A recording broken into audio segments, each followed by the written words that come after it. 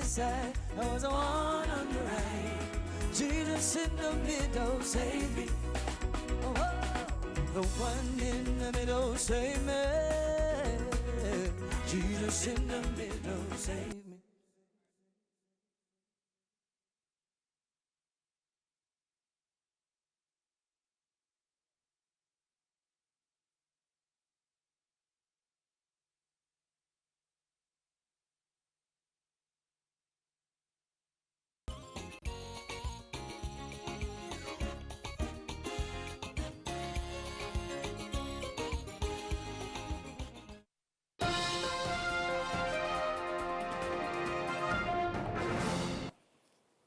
All right, folks, it's time to look at the stories that made big on the international scene last week. And here to discuss with us, as usual, the senior journalist here at the RGR Gleaner Communications Group, Mr. Earl Moxham.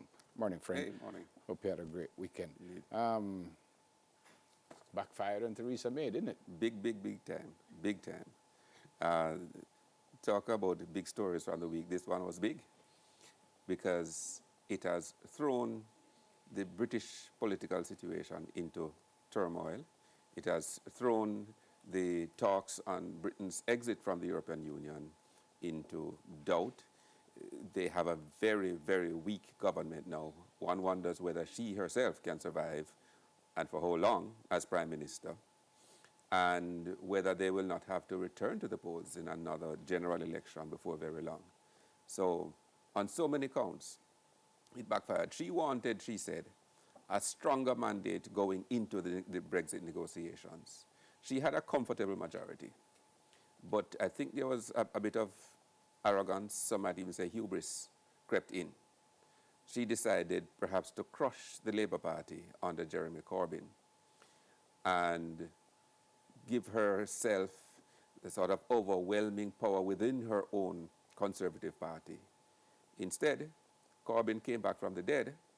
He has now, for the moment, unified his party behind him, and she is considerably weakened. There are some members of her own party who are now calling for her head. The problem is that they do not have a natural successor. But what happened? Because even when she decided to call the early election, the analysts were saying, well, she gone clear now. So what happened since then between that and the election itself? She had an incredibly weak campaign. Her platform was not particularly inspiring. There were unnecessary elements in her campaign platform, particularly at this time, getting distracted with things like fox hunting and all of that. So many domestic considerations crept in when her primary focus should have been on how to strengthen her hand going into the Brexit negotiations. That was the thing that was uppermost in her consideration, at least. That was a kind of argument that was being made when she was calling the election. Now, it is also important to look at some of the other implications, because the results in Scotland were also very, very instructive. In 2015, at the last election, Scotland, the people of Scotland, voted overwhelmingly for the Scottish National Party, or Nationalist Party. Mm-hmm. No, they have lost a lot of seats, and their momentum towards seeking a second referendum on independence from the rest of the UK has also been stalled. So lots of elements in terms of the implications of this election. What do you think? She's going to last or no? I don't think she'll last very long. Okay. I don't think they want to, because they don't have an obvious successor to her and an obvious solution to the problem right now. I don't know that she will be pitched out immediately. But I can't see that government lasting very long. I think they'll have to go back to the polls before too long. Okay. Back to the United States, I watched Jim Comey. I watched every second of it, yes. For want of a better word, quite riveting. Yes. Your thoughts on that? Well, riveting indeed. He's a man for the dramatics. And the fact that he had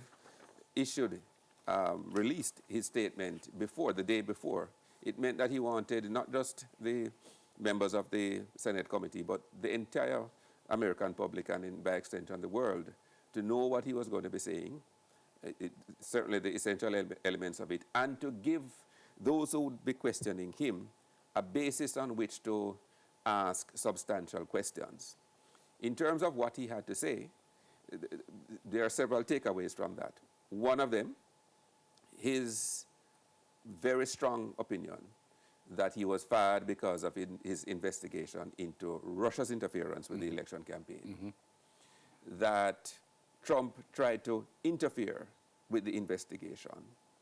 But he's stopped short of saying obstruction of justice, because obviously that has to be left to the special counsel. Right. But he has laid the groundwork for that to be pursued by Bob Mueller, who will be doing that investigation, or who has already begun that investigation.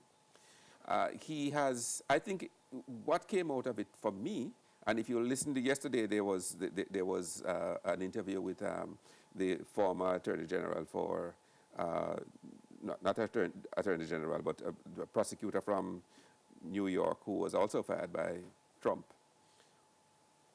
You came away with the distinct impression that professional prosecutors such as these guys have lost confidence in Donald Trump completely. And it would seem to me that they have made up their mind that the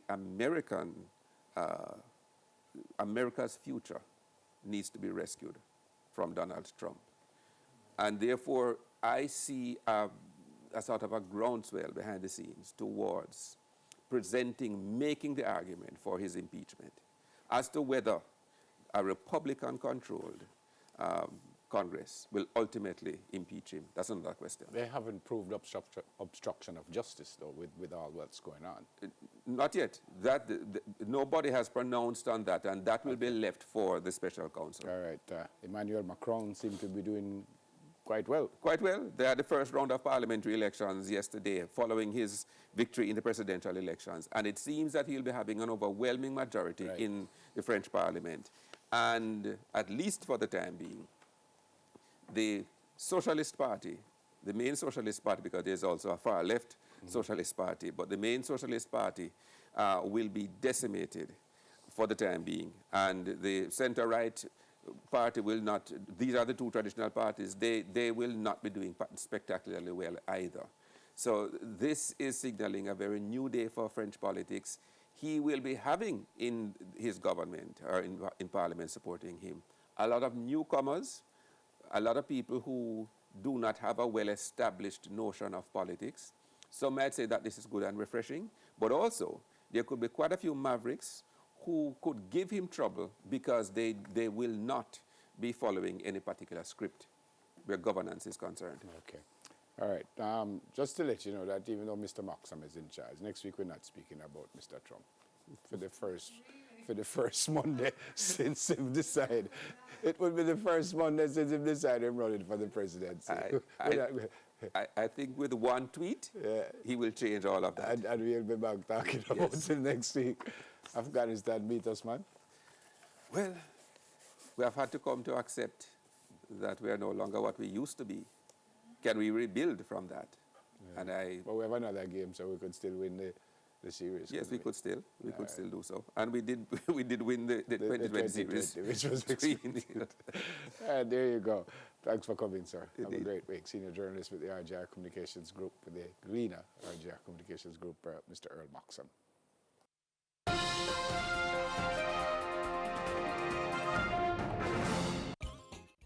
All right, still to come, street food eats and washing it all down with Red Stripe. First, news in 5. So come.